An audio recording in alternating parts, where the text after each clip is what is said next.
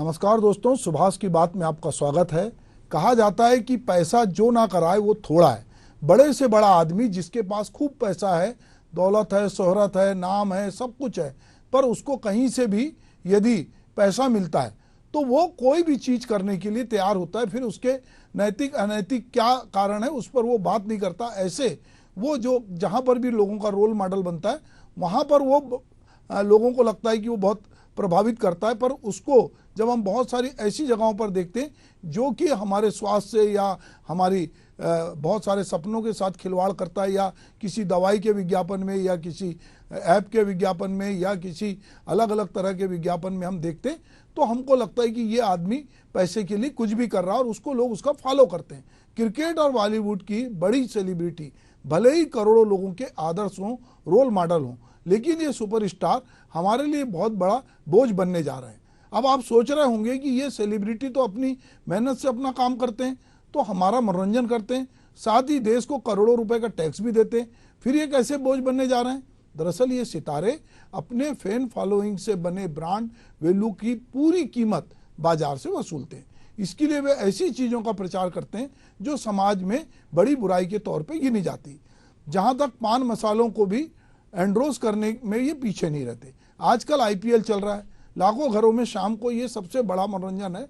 TV पर हर 10 minute में कोई ना कोई बड़ा खिलाड़ी, जिसमें कपिल देव, सुनील गावस्कर जैसे पूर्व खिलाड़ी भी शामिल हैं, पान मसाले का विज्ञापन करते नजर आते हैं। भले ही तंबाकू रहित इन उत्पादों का विज्ञापन किया जा रहा हो, लेकिन ये सभी उत्पादक गुटखा, खैनी, जर्दा के ही सब प्रोडक्ट हैं या फिर उसी फैमिली के हैं। एक तरफ फिल्मों में शराब और सिगरेट के दृश्य में चेतावनी देना अनिवार्य है, तो दूसरी तरफ हमारे सितारे धड़ल्ले से ऐसे विज्ञापन कर रहे हैं जो कहीं ना कहीं इनका इस्तेमाल करने वालों को कैंसर जैसी घातक बीमारी की ओर ले जाता है।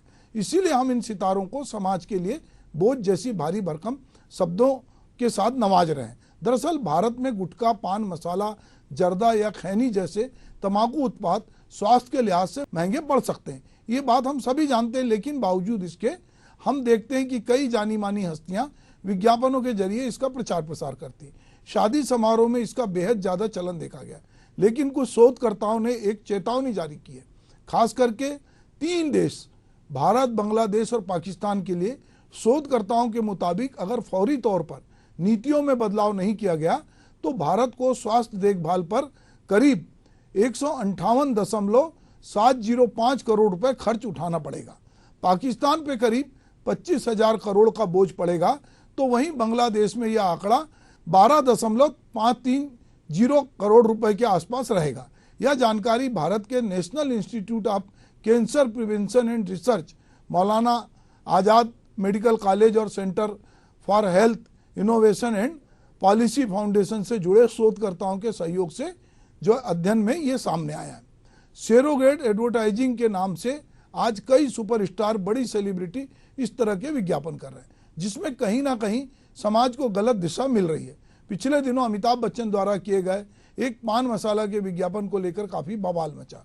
सोशल मीडिया में लोगों ने अमिताभ बच्चन को कहा कि आपकी क्या मजबूरी है कि आप पान मसाला का विज्ञापन करना पड़ रहा है। सोशल मीडिया और लोगों की प्रतिक्रिया के बाद बॉलीवुड सुपरस्टार अमिताभ बच्चन ने पान मसाला ब्रांड से अपना कॉन्ट्रैक्ट खत्म कर दिया। अमिताभ के ऑफिस की तरफ से एक बयान जारी किया गया और कहा गया कि जब से इस ब्रांड से एसोसिएट हुए हैं तब उन्हें यह पता नहीं था कि यह सेरोगेट एडवर्टाइजिंग है, लेकिन अब वे इसे नहीं कर रहे हैं और इसमें ली गई अपनी प्रमोशन फीस भी ब्रांड को वापस लौटा दी गई है। यहाँ ये समझना जरूरी है कि सेरोगेट विज्ञापन क्या है। हम अक्सर टीवी पे ऐसे विज्ञापन देखते हैं जो होता तो कोई खास प्रोडक्ट के लिए, लेकिन उसकी जगह कोई दूसरा ही प्रोडक्ट दिखाया जाता है। जैसे आपने किसी शराब, तंबाकू या ऐसे ही किसी प्रोडक्ट का विज्ञापन देखा जिसमें प्रोडक्ट के बारे में सीधे सादे तरीके से तो नहीं बताया गया, पर उसे किसी दूसरे ही प्रोडक्ट या पूरी तरह अलग प्रोडक्ट के तौर पर दिखाया जाता है। मसलन शराब को अक्सर म्यूजिक, सीडी या किसी सोडे के प्रोडक्ट के तौर पर दिखाया जाता है। कहने का मतलब यह है कि जो उत्पाद प्रतिबंधित है उसे किसी दूसरे प्रोडक्ट का सहारा लेकर दिखाया जाता है, क्योंकि सीधे तौर पे शराब की बोतल को नहीं दिखाया जा सकता, इसलिए उसकी जगह सोडे की बोतल दिखाई जाती है। लेकिन शराब पीने वाले और तंबाकू खाने वाले समझ जाते हैं कि ये किस चीज का विज्ञापन है। ऐसे ही विज्ञापनों को सेरोगेट विज्ञापन कहा जाता है। शराब, गुटखा और सिगरेट के अलावा आजकल जुआ, वाले गेम्स भी जो है सेलिब्रिटी जमकर प्रमोट कर रहे हैं। इन ऐप्स में आपको रातों रात लाखों कमाने का सपना दिखाया जाता है। खास बात यह है कि ये चल रहे जो मैच है इसमें पैसा लगाया जाता है। ऐसे में खेलों के जरिए सट्टे को बढ़ावा मिल रहा है, लेकिन इससे भी अनभिज्ञ हमारे सितारे इसे प्रचारित करने में पीछे नहीं है। इनमें भारत रत्न सचिन तेंदुलकर भी शामिल है। तो कुल मिलाकर हम ये देखते हैं कि हमारे देश में जो भी खिलाड़ी है या जो कहना चाहिए स्टार है या जिसकी वैल्यू है, जिसका एक फ्रेंड फॉलोइंग है, जिसके फॉलोअर हैं, वो आदमी अपने मूल काम से उतना पैसा नहीं कमाता जितना पैसा वो इस तरह के विज्ञापनों से कमाता है।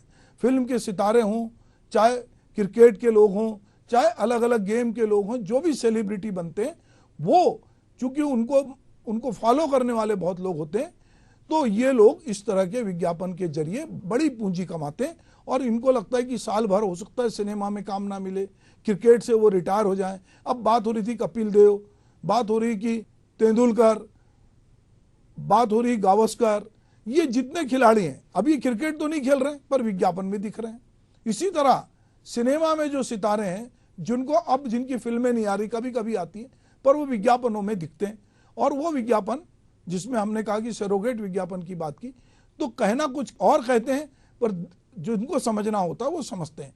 तो इस समय विज्ञापन से जो बड़ी पूंजी हो रही है और विज्ञापन का कारोबार इतना बड़ा हो गया है, प्रचार प्रसार इतना बड़ा हो गया है कि एक फिल्म बनाने में जितना पैसा लगता है उतना ही पैसा उसके प्रचार प्रसार में लगता है।